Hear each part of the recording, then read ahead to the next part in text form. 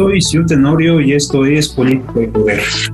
Esta noche platicaremos sobre la Ciudad de México, cómo se enfrentó la pandemia, cómo va la reactivación económica, cuáles son los retos para la ciudad en la era post-COVID, qué sigue con la jefa de gobierno Claudia Sheinbaum, entre otros temas que serán sin duda de interés para usted. Y por eso le pido que nos acompañe. Estará con nosotros el diputado Fernando Mercado, quien tiene amplia experiencia en la vida política de la capital del país. Ha sido jefe delegacional, ha sido 2 veces diputado, un hombre muy cercano a la doctora Claudia Sheinbaum y seguro tendrá conceptos interesantes que intercambiar con nosotros. Quédese, va a estar bueno. José Fernando Mercado Guaida, diputado local por Morena en el Congreso de la Ciudad de México, segunda legislatura, Magdalena Contreras. Es licenciado en Administración de Recursos Humanos por el Colegio Profesional de Graduados. Estudios de Ciencia Política en el Instituto Tecnológico Autónomo de México. Estudios de Derecho en la Universidad Nacional Autónoma de México. En su trayectoria profesional, destaca ser director general del Fondo para el Desarrollo Económico y Social de la Ciudad de México. Ha sido jefe delegacional de Magdalena Contreras, diputado en la Asamblea Legislativa del Distrito Federal, sexta legislatura por el PRI, director de proyectos especiales en Consolida Consultoría, asesor del magistrado presidente dentro del Tribunal Superior Agrario. Además, es integrante de las comisiones de Desarrollo Económico, Presupuesto y Cuenta Pública y Derechos Culturales. Destaca su apoyo en las elecciones locales de 2018 a la campaña de la actual jefa de gobierno, doctora Claudia Sheinbaum Pardo.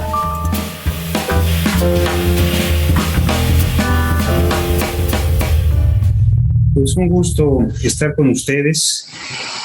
Prácticamente para todo el país es relevante lo que sucede en la Ciudad de México, no solo por ser la capital de nuestro país, sino también porque para detonar el crecimiento del país, para detonar que la economía vuelva a caminar, es indispensable que crezca la Ciudad de México. Y en este sentido, para mí es un honor que nos acompañe el diputado Fernando Mercado, quien no solamente tiene amplia experiencia legislativa, sino que también ha sido parte del gobierno de la Ciudad de México. Y justo uno de los temas importantes que tuvo a su cargo fue la relación con los empresarios y pues participó en todos los planes de reactivación económica que ahora, tras estos casi 2 años de pandemia que hemos vivido, se vuelve fundamental su visión y su participación, y ahora desde el legislativo cómo lo podemos concretar. Fernando, un gusto que estés con nosotros. El gusto es mío, Shu. Un saludo a todos los que nos ven y felicidades por el programa. Gracias, te agradezco mucho que nos acompañes en este espacio. Pues decía que para detonar el crecimiento económico del país es indispensable lo que pasa en la Ciudad de México. Sé que tú has estado en varias mesas y en varios espacios donde se ha hablado de la reactivación económica de la Ciudad de México. ¿Qué nos puedes compartir al respecto? ¿Qué podemos esperar de estos anuncios que ha hecho la jefa de gobierno en los últimos días, donde se ha hablado de facilidades administrativas, se ha hablado de incentivos, se ha hablado de muchos temas? Pues primero decirte que desde que inició la pandemia, la ciudad, en esta vocación, el gobierno de la jefa de gobierno Claudia Sheinbaum, en esta vocación democrática de toma de decisiones a partir de un modelo de gobernanza, ha estado siempre comunicado de manera permanente con todos los actores económicos de la ciudad, con las cámaras de empresarios, con empresarios en lo individual, con los sectores sociales, los sectores populares, y las medidas que se han tomado desde el momento más álgido en el semáforo rojo en el 2020 hasta este plan que el 17 de marzo se dio a conocer, se han dado a través de conversaciones, de consenso y de escuchando las necesidades y las propuestas de los distintos sectores.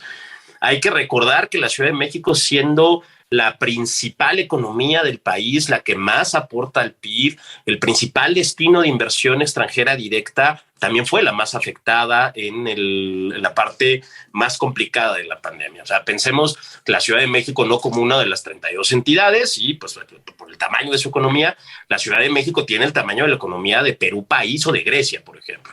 Y es una economía principalmente de servicios. Entonces, cerrar la actividad económica en sectores como el financiero, el sector restaurantero, el sector turístico se vio profundamente afectado. A partir de ahí se empezaron a tomar medidas desde el principio. Las primeras medidas fueron para mitigar la parte más complicada y después para que la reactivación se diera sin descuidar el principal tema de aquel momento, que era el tema de salud. Poco a poco, este plan ha ido tomando forma con base en las nuevas necesidades. Y te voy a poner un ejemplo. En un primer momento fueron, en el caso de los restaurantes, restricciones sobre el aforo, restricciones sobre los horarios, etc. Eso fue pasando a nuevos modelos en que se permitían el uso de la banqueta y que se permitían otras formas para no tener a las personas con tanto contacto físico. Y hoy, por ejemplo, ese modelo que fue exitoso se ha quedado, pero de una manera híbrida, en el cual algunos espacios ya permitidos pueden tomar esta parte de la calle, porque resultó ser una manera muy exitosa y muy popular para el sector restaurantero. Y eso fue una solicitud del sector restaurantero que inició como una medida emergente y que hoy ha tomado forma ya como una medida permitida. En algún momento se frenaron trámites, se pararon procesos administrativos, se hicieron condonaciones de algunos aprovechamientos, algunos impuestos, y hoy, por ejemplo, ya en el plan de reactivación, después de la parte más complicada de la pandemia, tenemos un modelo de desarrollo mucho más flexible. Hoy casas, habitación que están desocupadas, que no se rentan, van a tener la posibilidad de cambiar el uso de suelo, por ejemplo, oficinas, o al revés, depende de cuáles son las necesidades del mercado. Otra de las exigencias que pedía el sector construcción, por ejemplo, el tema de simplificación administrativa. Hoy la ciudad tiene una sola ventanilla para recibir todos los trámites en el caso de uso de suelo, en el caso de certificados de uso de suelo, de agua, de medio ambiente. Es un solo canal, es un solo trámite, lo cual lo hace mucho más fácil. Pensando en el sector popular, por ejemplo, se ha disminuido los beneficios para personas que tienen un subsidio al predial de 60 años a 58 años. Muchas gracias, diputado. Regresamos después de una breve pausa.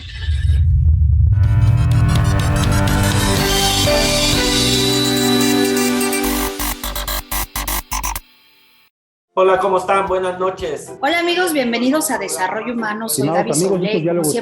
Amigos, qué gusto que nos acompañen, como siempre. Bueno, ya estamos aquí en bienvenido a Economía de Frente. En esta amigos, bienvenidos a una emisión más de su programa En Derecho. Bienvenido. Este es tu programa Factor Capital Humano. ¿Qué tal? Bienvenido a esta primera emisión. IDC también está en la televisión. La construcción está muy lejos de recuperar su... La carta por sí existía desde hace el Fondo Monetario Internacional. No te pierdas nuestra programación cubriendo temas como política, economía, corporativo, comercio exterior y temas de actualidad. Disfruta de la transmisión a través del canal 76 de Easy TV o a través del canal 168 en Total Play. También puedes vernos a través de las páginas de IDC, de Facebook y YouTube. IDC TV. Sintonízanos de lunes a viernes.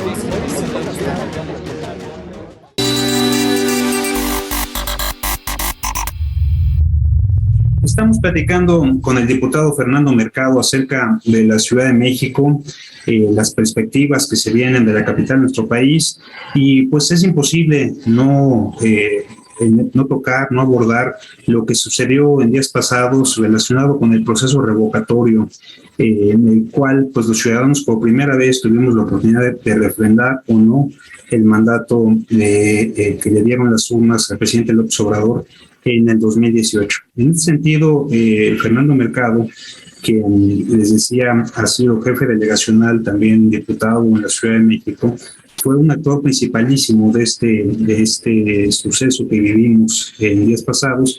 Inclusive, Fernando, pediste licencia para poder promover el proceso revocatorio. Fuiste uno de los diputados más activos en este sentido. Cuéntanos, por favor, tu visión de este ejercicio, por qué fue importante fomentar la participación de los capitalinos y un poco qué podemos esperar hacia adelante de este tipo de ejercicios en nuestro país. Ya sé que nos escuchan y me da mucho gusto personas en todo, mexicanos y no mexicanos en el país y en el mundo. Y yo quisiera, para los que no son de la ciudad, comentarles que estos ejercicios de participación ciudadana, de democracia directa, han sido la impronta de los gobiernos de izquierda desde el 2000. No solamente los procesos de consulta, los procesos de referéndum. Recordemos que las principales obras en el gobierno de Andrés Manuel López Obrador, cuando fue jefe de gobierno, se sometieron a consultas públicas. Fue en el gobierno de la delegación Tlalpan en el 98, cuando inician los procesos de presupuesto participativo, donde los ciudadanos en la Ciudad de México, en las alcaldías, pueden determinar en qué se gasta una parte de los recursos públicos en su colonia, donde existen ejercicios de democracia directa para poder decidir si se hace una obra pública o una obra privada de gran calado dentro de tu comunidad o dentro de tu pueblo originario, dentro de tu colonia. O sea, la Ciudad de México, podemos decir que en gran parte es una de estos procesos de democracia directa. Por eso tuvimos una participación tan importante el domingo 10 de abril y una participación tan activa porque gracias a un proceso democrático de los ciudadanos, pero también en el gobierno del presidente Andrés Manuel López Obrador, de Marcelo Ebrard, de Claudia Sheinbaum, han permitido que permee este tipo de ejercicios como algo que ya nos pertenece. Yo siempre se los dije a los detractores cuando hablaban de que eran procesos ociosos o que se iba a gastar el dinero en otra cosa. Los procesos democráticos no los podemos escatimar y no los podemos poner en tela de juicio porque no nos gustan sus contenidos. Lo padre, lo bonito, lo útil de un proceso de democracia directa, de un proceso participativo, es que estamos quitando a los intermediarios como los diputados para darle cada día más poder a la ciudadanía. No siempre nos va a gustar o nos va a interesar lo que se nos pregunte. No siempre lo que venga en la consulta, en el referéndum, en el plebiscito van a ser temas de nuestro interés. Pero si nosotros no participamos en cada uno de estos procesos, lo que estamos haciendo es que sean herramientas que cada día entren en desuso. Y lo que vimos el 10 de abril fue un proceso participativo de manera muy importante, sobre todo en la Ciudad de México, un proceso con saldo blanco, un proceso importantísimo, pero aparte un proceso que, insisto, forma parte ya de la vida pública de la Ciudad de México y que hoy afortunadamente y es parte de la vida pública del país. Mucho más de estos procesos son los que deseamos. Si nos hubieran preguntado sobre grandes obras, por ejemplo, en el caso de esta famosa Suavicrema, este monumento bicentenario, si nos hubieran consultado qué tipo de monumento queríamos, ¿no? Qué tipo de proyecto aprobábamos a los ciudadanos, y ya no solo en la ciudad, al país, pues hubiéramos decidido algo diferente, o por lo menos no estamos informados sobre el tipo de proyecto del que se trataba, y hubiera habido más participación. Si en el gobierno de Enrique Peña Nieto, con los peores niveles de aprobación, justo ahora hace 6 años, se hubiera dado esta consulta, probablemente nos hubiéramos evitado 3 años más de corrupción y de catástrofe. O no, si lo hubieran decidido así los ciudadanos. Entonces, felicidades por todos los mexicanos, ¿no? Esto no es un proceso del presidente, esto no es un proceso de un partido, de un movimiento, esto es un proceso de democracia directa que llegó para quedarse y que en este caso particular habla de uno de los asuntos más importantes en la vida pública de nuestro país, que es de la continuidad o no del jefe del Ejecutivo. Pero así como este tema puede ser atractivo para muchos de nosotros, para mí, por ejemplo, otros muchos temas que se someterán a consulta en próximos años serán atractivos para otros. Por lo tanto, no podemos desdeñar en ningún caso ninguno de estos procesos y nuestra obligación es participar, como en el caso de lo que acaba de suceder el 10 de abril. Una gran participación, una gran alegría y el resultado ya lo vimos, ¿no? El presidente se queda.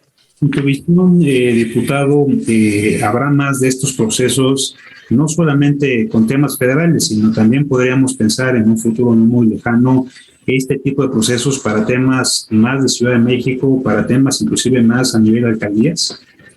A nivel, y ojalá los amigos que nos estén escuchando en municipios en Tlaxcala o en Tamaulipas, este tipo de herramientas también se utilizan para saber si queremos o no el puente o la presa, o si queremos que nuestro gobernador se quede o se vaya porque está haciendo un mal trabajo, o nuestro presidente municipal.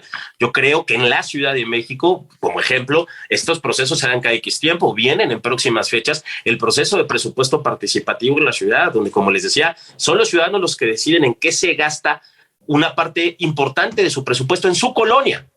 Si estos ejercicios, ¿no?, dejamos de participar, los despreciamos porque este sí me interesa, este no, porque esta vez compiten proyectos que no me son importantes o ninguno me gustó, etcétera, pues lo que estamos haciendo es desperdiciar una herramienta que es de nosotros. Y mañana no nos podemos quejar de qué hacen nuestros diputados, de qué hacen nuestros gobernantes, si en los ejercicios de democracia directa nosotros no participamos. Es la manera de saltarnos la traba y de ingerir directamente en las decisiones que se toman, las decisiones públicas de nuestra colonia, de nuestra alcaldía, de nuestra ciudad y de nuestro país.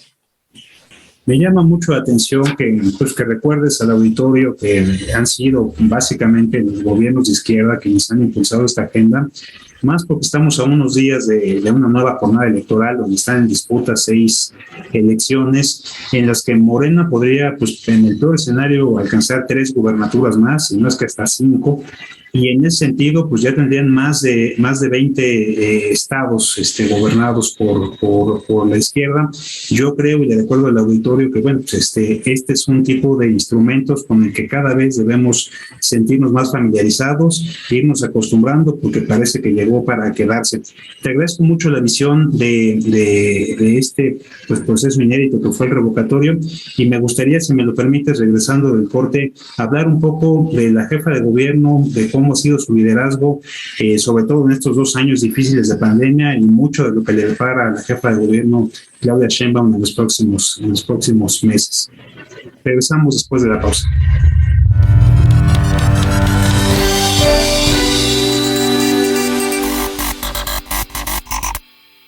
Hola, ¿cómo están? Buenas noches. Hola amigos, bienvenidos a Desarrollo Humano. Soy Gaby Soule. Amigos, qué gusto que nos acompañen, como siempre. Bueno, ya estamos aquí en bienvenido a Economía de Frente. En esta Amigos, ocasión bienvenidos a una emisión más de su programa En Derecho. Bienvenido. Este es tu programa Factor Capital Humano. ¿Qué tal? Bienvenido a esta primera emisión.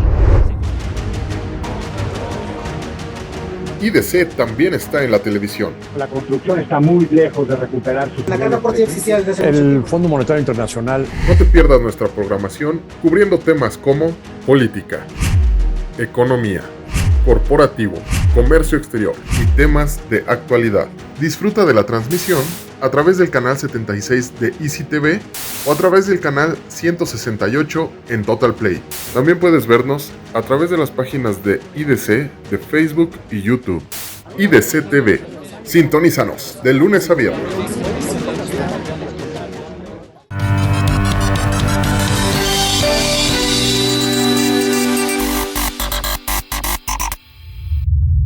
Estimado diputado, pues lamentablemente llegamos al tercer bloque, pero pues para mí, digamos, es una tentación enorme preguntarte sobre la jefa de gobierno, lo que viene para ella en las próximas semanas, meses, sobre todo porque te has convertido en uno de los actores políticos más cercanos a ella.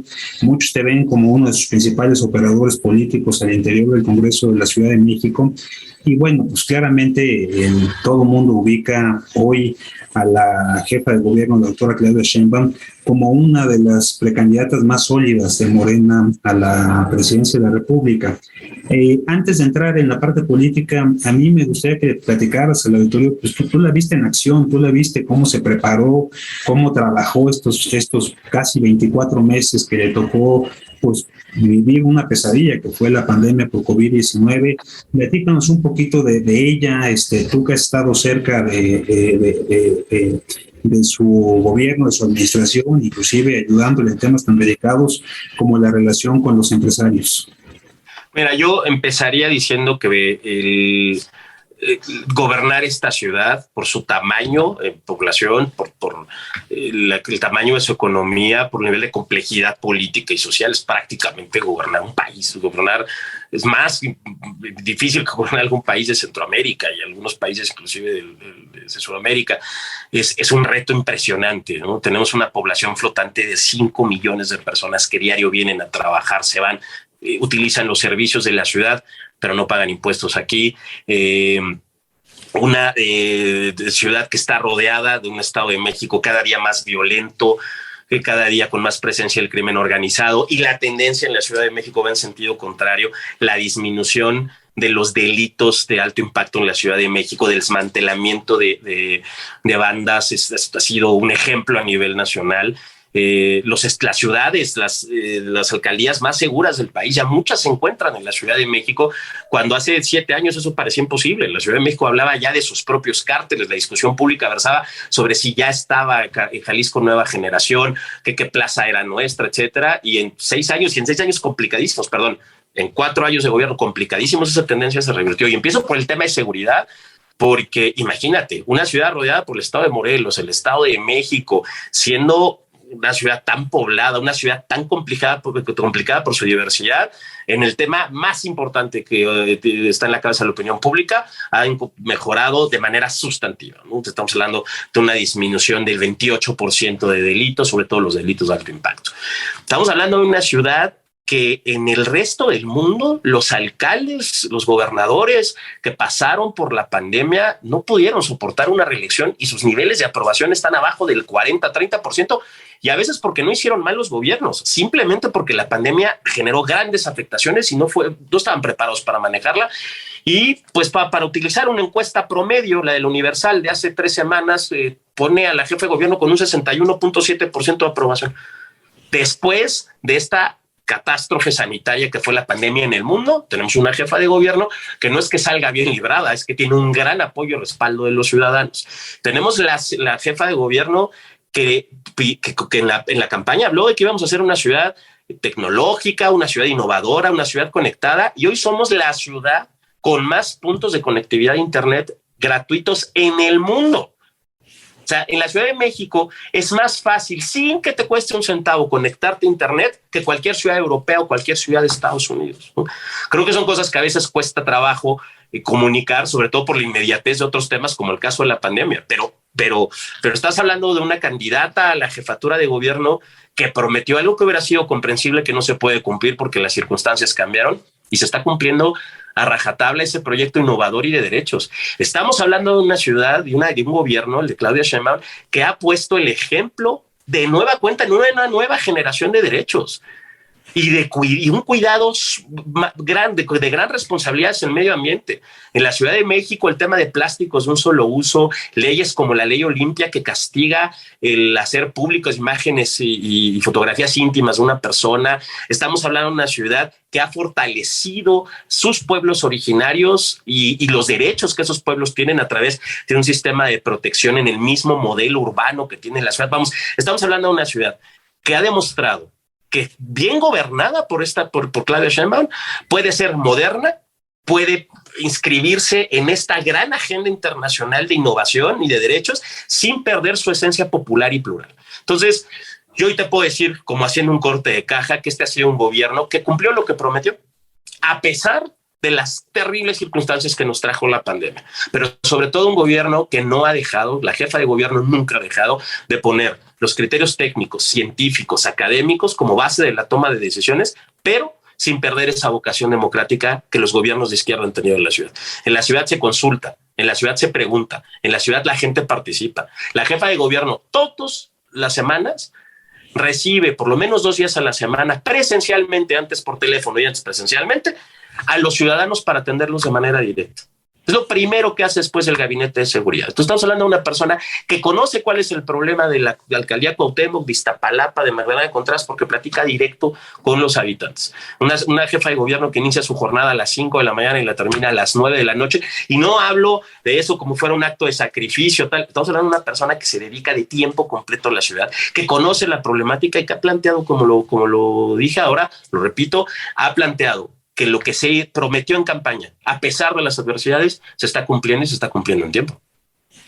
Con esa idea nos quedamos, estimado diputado. Antes de irnos y agradecerte claramente pues, por tu tiempo y por compartir tus ideas con el auditorio, tenemos una sección que se llama Bote Pronto. Te voy a dar unos conceptos así a rajatabla y quisiera que me des una palabra que se te venga a la mente. Te conozco hace muchos años, tengo este privilegio y pues empezaré preguntándote por Magdalena Contreras. La casa. ¿Sí? El pasado, muy pasado de México y un servidor. Pasado. Economía circular. Es la modernidad. Más nos vale. Más nos vale. Ciudad de México. La casa grande.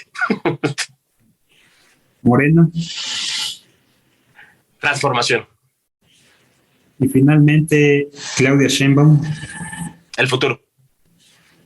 Querido Fernando, te agradezco mucho este espacio que has estado con nosotros. Es un privilegio siempre escuchar tus ideas y gracias por lo que toca y por lo realizado para la Ciudad de México y sus habitantes. Le agradezco mucho, Shu, y muchas felicidades por este espacio. Lo vamos a estar siguiendo porque va a estar bueno. Se ve que vale mucho la pena y gracias a todos los que nos escucharon hoy. Gracias, Fernando. Buenas noches. Hasta luego.